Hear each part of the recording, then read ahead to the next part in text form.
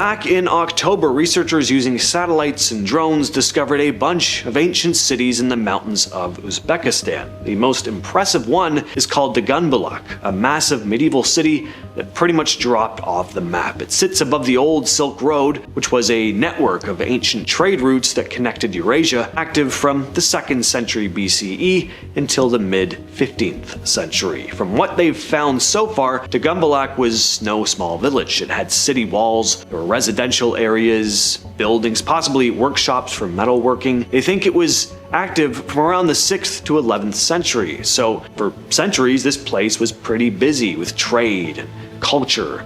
Weird thing is, it's never really shown up in historical records, like nobody really wrote about it. The place was completely lost and forgotten until now. They're still surveying the area, but it looks like Daganbulak might just be the tip of the iceberg.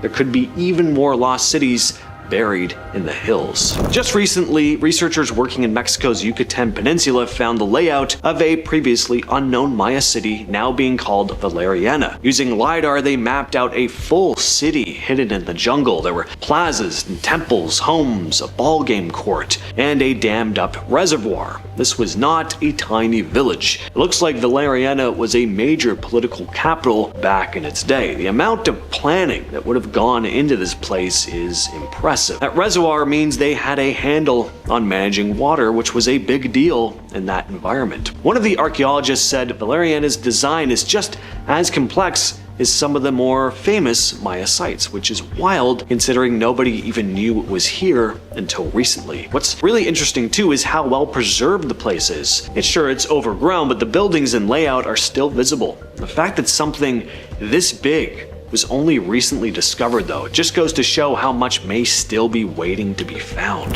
Back in April, a group of researchers introduced a new way to peek underground using what's called cosmic ray muons.